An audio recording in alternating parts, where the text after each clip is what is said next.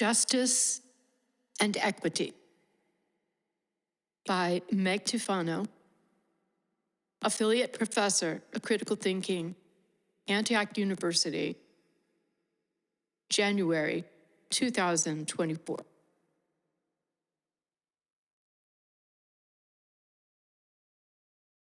When Horace Mann took religion out of the public school system in 1837, the United States was 61 years old. He was not fighting for social justice, but for the Declaration. Quote, "We hold these truths to be self-evident," unquote. He wasn't fighting for social justice. Horace Mann was fighting for plain old justice. Nor was Horace Mann, the founder of Antioch College, even fighting for a particularly American ideal. He was fighting for an ancient one, the ideal of justice that Plato envisioned 500 years before Christ. Plato envisioned that if every person were educated, every person would have the chance to be aware of his own ignorance. Instead of relying on his ignorant opinion, he would look to truth. And if every person were to look to truth instead of his selfish interests, justice would follow. As has been said, the arc might be long, but if everyone is free to look at truth and to look to truth, the arc of history will bend toward justice. Juries are not asked to find a good or interesting answer for justice to prevail. They're asked to find the truth, no matter if the person they are judging was a former president of the United States or an obscure person. To find justice, we ask the question, what actually happened? What are the facts? It is truth that leads to justice for all. Horace Mann wrote Plato's ideals into his graduation speech from Brown. The American experiment will depend on its educational freedom. Why did he say that? Why did Plato think justice was connected to education? What is it about education that is connected to justice?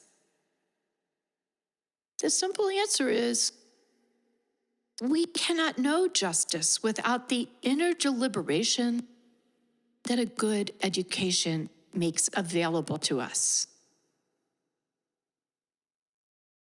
What do you think? Thinking is the primary freedom implied in our first enumerated freedom. The freedom to speak implies the freedom to think.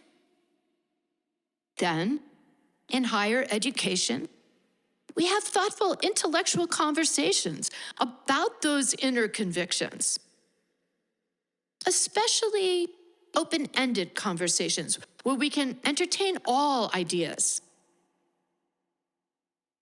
And what did Socrates discover about justice in his open-ended conversation, written about in Plato's Symposium? That all the people in power, such as the sophists, like those putting forward laws to ban books, for example, they think they already know what is right. And they think that they are wise. The paradox of higher education is that what one learns through a good education is that one is probably ignorant. So one must ask more questions, seek the truth, yes, but always keep one's mind open.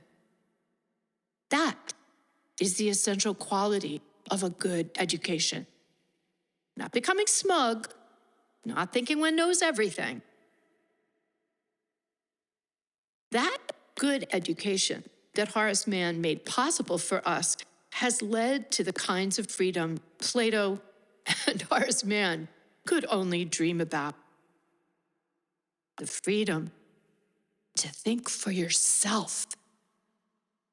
The freedom to be wrong. The freedom to learn a better way of doing things.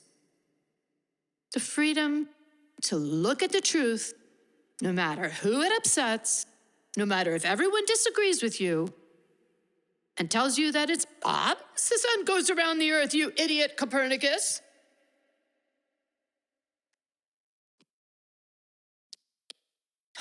But the point today is that this matters because only when you look at the truth do you ever discover anything like justice. What is it about education that's connected to justice? It turns out that without education, the search for truth, there can be no justice, social or otherwise. When countries have governments running education, they do not ask you what you think. They tell you what to think. Social justice happens when we open our minds and recognize the truth that all are equal, all have rights to life, liberty, happiness. All have the right to a government-free and religious-free education. We stop the free association of people who want to figure things out for themselves. You'll get the historical status quo of ignorance and injustice for all.